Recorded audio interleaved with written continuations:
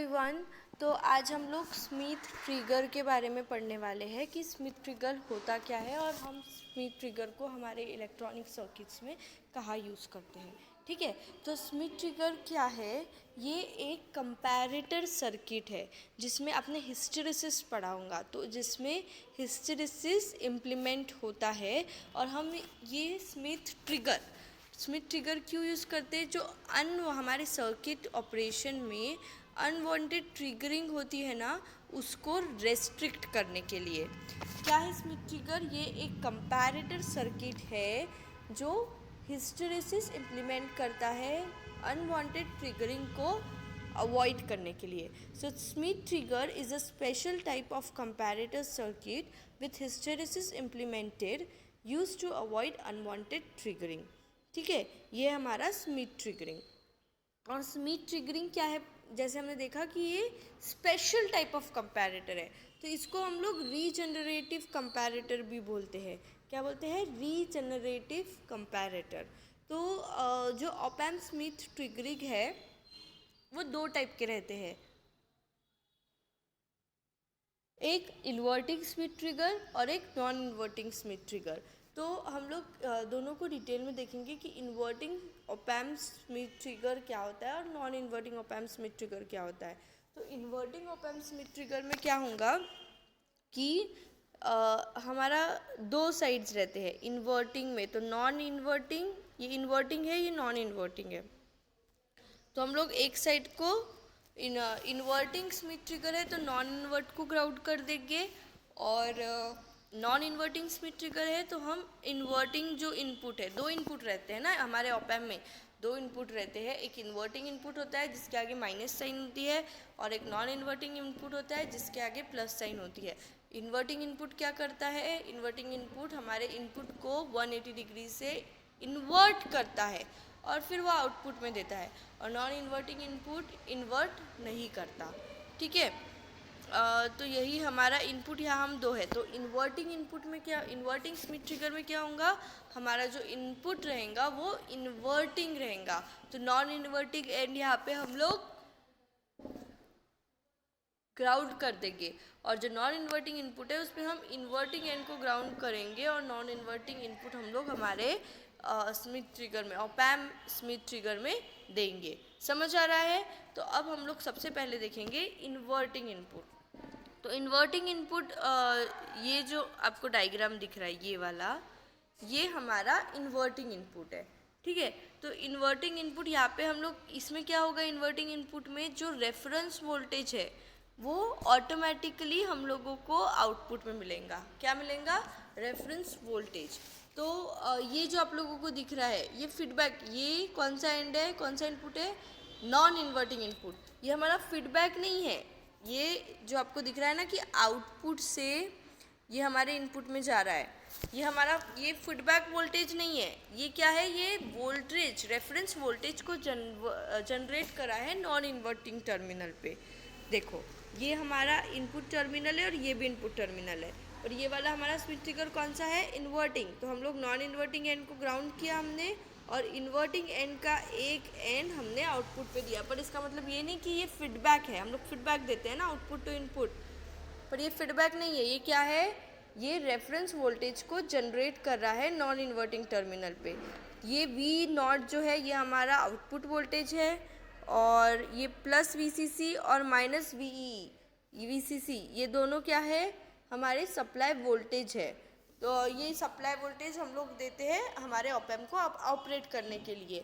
फिर plus VCC minus VCC होने के बाद R2 और ये हमारा R1 है। तो R2 और R1 दोनों वोल्टेज डिवाइडर है। ठीक है, यहाँ से हमारा वोल्टेज जाएगा, तो ये जो वोल्टेज डिवाइडर्स है R1 और R2, ये डिवाइड करेंगे रेफरेंस वोल्टेज को जनरेट करने के लिए ये नोड पे। समझ आ रहा है? ठीक है, फिर ये जो रेफरेंस वोल्टेज है ये जनरेट होगा आउटपुट वोल्टेज के पास वोल्टेज डिवाइडर फॉर्मेट में। ठीक है, ये हमारा इनपुट है। नॉन इन्वर्टिंग एंड को हमने जो एक एंड वीओ में दिया, वी आउटपुट में, वहाँ पे हमको रेफरेंस वोल्टेज मिलेगा। हम लोग वोल्टेज डिवाइडर यूज़ कर रहे हैं हमारे वोल्टेज को ऑब्टेन करने के लिए। ठीक है, फिर हम लोग लेंगे रेफरेंस वोल्टेज जो रहेंगे वो दो टाइप के मिलेंगे, दो, प्लस पॉजिटिव रेफरेंस वोल्टेज और निगेटिव रेफरेंस वोल्टेज। तो इसमें डिफरेंस क्या रहेगा, पॉजिटिव रेफरेंस वोल्टेज में जो सैचुरेशन करंट रहेगा, सैचुरेशन वोल्टेज, वो सैचुरेशन वोल्टेज कैसा रहेगा, पॉजिटिव रहेगा। और निगेटिव रेफरेंस वोल्टेज में हमारा वोल्टेज कैसा रहेगा, निगेटिव रहेगा। ठीक है, तो सैचुरेशन वोल्टेज अगर पॉजिटिव है तो वी नॉट कितना हो जाएगा, पॉजिटिव सैचुरेशन वोल्टेज, और इसको हम लोग बोलेंगे अपर थ्रेशोल्ड वोल्टेज। ठीक है, अपर थ्रेशोल्ड वोल्टेज किसको, जब हमारा रेफरेंस वोल्टेज जो है वो पॉजिटिव रहेगा तो वी नॉट हमारा आउटपुट वोल्टेज कितना हो जाएगा, प्लस पॉजिटिव सैचुरेशन वोल्टेज, तो उसको हम लोग बोलेंगे अपर थ्रेशोल्ड वोल्टेज। और जब हमारा रेफरेंस वोल्टेज निगेटिव रहेगा तो वी नॉट क्या रहेगा, माइनस सैचुरेशन वोल्टेज, और इसको हम लोग बोलेंगे लोअर थ्रेशोल्ड वोल्टेज। ठीक है, तो हम लोगों ने अभी क्या देखा अब तक कि हमारे दो इनपुट थे, हम स्मिथ ट्रिगर के बारे में पढ़ रहे हैं। तो स्मिथ ट्रिगर दो टाइप के होते हैं, एक इन्वर्टिंग और एक नॉन इन्वर्टिंग स्मिथ ट्रिगर। तो हम लोग उसमें इन्वर्टिंग स्मिथ ट्रिगर देख रहे हैं। इन्वर्टिंग स्मिथ ट्रिगर में हमने नॉन इन्वर्टिंग एंड को क्या किया, इन्वर्टिंग में नॉन इन्वर्टिंग को ग्राउंड किया और इसका एक साइड जो दिया वो आउटपुट को दिया, और इससे हम लोगों को रेफरेंस वोल्टेज मिले वोल्टेज डिवाइडर से। रेफरेंस वोल्टेज हम लोगों को आउटपुट वोल्टेज देंगे। जब हमारा रेफरेंस वोल्टेज पॉजिटिव रहेगा तो हमारा output voltage plus V saturation रहेगा, और जब हमारा रेफरेंस वोल्टेज माइनस निगेटिव रहा तो हमारा सैचुरेशन क्या रहेगा, output voltage minus V saturation. तो इसको अपर थ्रेशोल्ड वोल्टेज और लोअर थ्रेशोल्ड बोलते हैं। ठीक है, अब हम आगे का देखते हैं। जो भी मैंने बताया हम उसको ही एक बार देख लेते हैं, पढ़ लेते हैं। It is not the feedback, it is generating the reference voltage at non inverting terminal. ये हमारा फीडबैक नहीं है, मैंने बताया था कि ये हमारा फीडबैक नहीं है, ये रेफरेंस वोल्टेज को जनरेट कर रहा है नॉन इन्वर्टिंग टर्मिनल पे। जो हमारा ये ऑप एम्प था, इसका ये वाला साइड जो था ये नॉन इन्वर्टिंग था, तो यहाँ से क्या हो रहा है, हमारा आउटपुट में जा रहा है।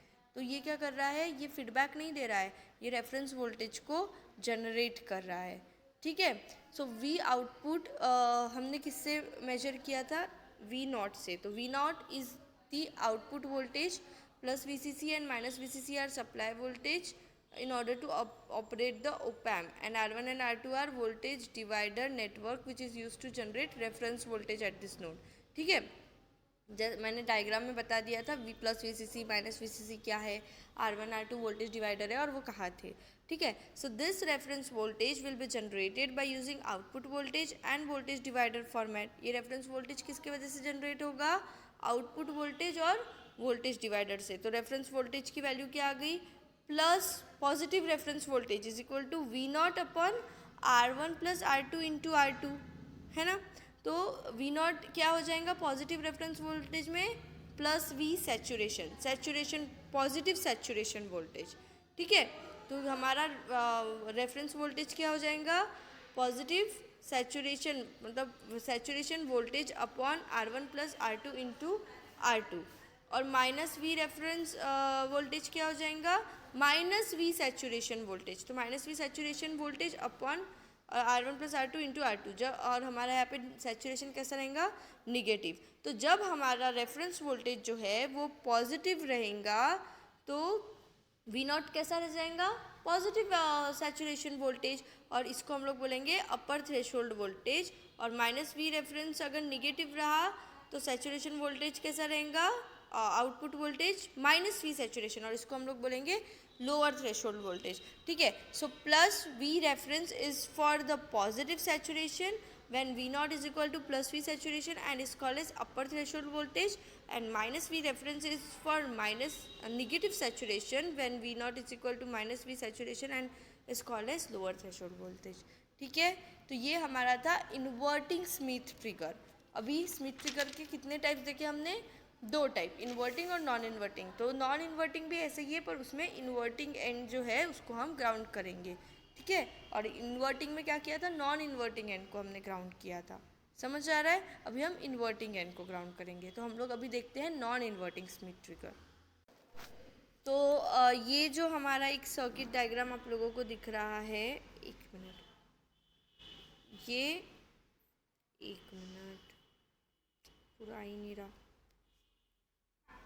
ये जो है ये हमारा है नॉन इन्वर्टिंग स्मिथ ट्रिगर। तो नॉन इन्वर्टिंग साइड में क्या होता है, नॉन इन्वर्टिंग साइड में हमारा जो इन्वर्टिंग एंड है उसको हम ग्राउंड करते हैं और यहाँ से voltage divider R1 and R2 ही रहेगा। ये इन्वर्टिंग एंड है, एक सेकेंड, नॉन इन्वर्टिंग मतलब पॉजिटिव साइड और इन्वर्टिंग मतलब ये निगेटिव साइड। तो निगेटिव साइड को हमने क्या कर दिया, यहाँ पे ग्राउंड किया, ठीक है, और नॉन इन्वर्टिंग साइड यहाँ पे है। अब हमने क्या किया, यहाँ पे वोल्टेज डिवाइडर है R1 या RF है, ये R2 है और ये वाले इस पे इनपुट दिया हमने और यहाँ पे हमको क्या मिला, आउटपुट वोल्टेज, ये प्लस VCC ये माइनस VCC। समझ आ रहा है? वैसा ही सेम कंस्ट्रक्शन है inverting voltage, inverting Schmitt trigger जैसा, बस डिफरेंस क्या है, डिफरेंस वहीं पे है कि ये इन्वर्टिंग ऑप एम्प था, ये नॉन इन्वर्टिंग है। तो इन्वर्टिंग इसमें हमने नॉन इन्वर्टिंग एंड को ग्राउंड किया और नॉन इन्वर्टिंग इसमें हमने इन्वर्टिंग एंड को ग्राउंड किया, ठीक है। So this is a non inverting Schmitt trigger as the input voltage is given to the non inverting terminal of our op amp and inverting terminal has been grounded.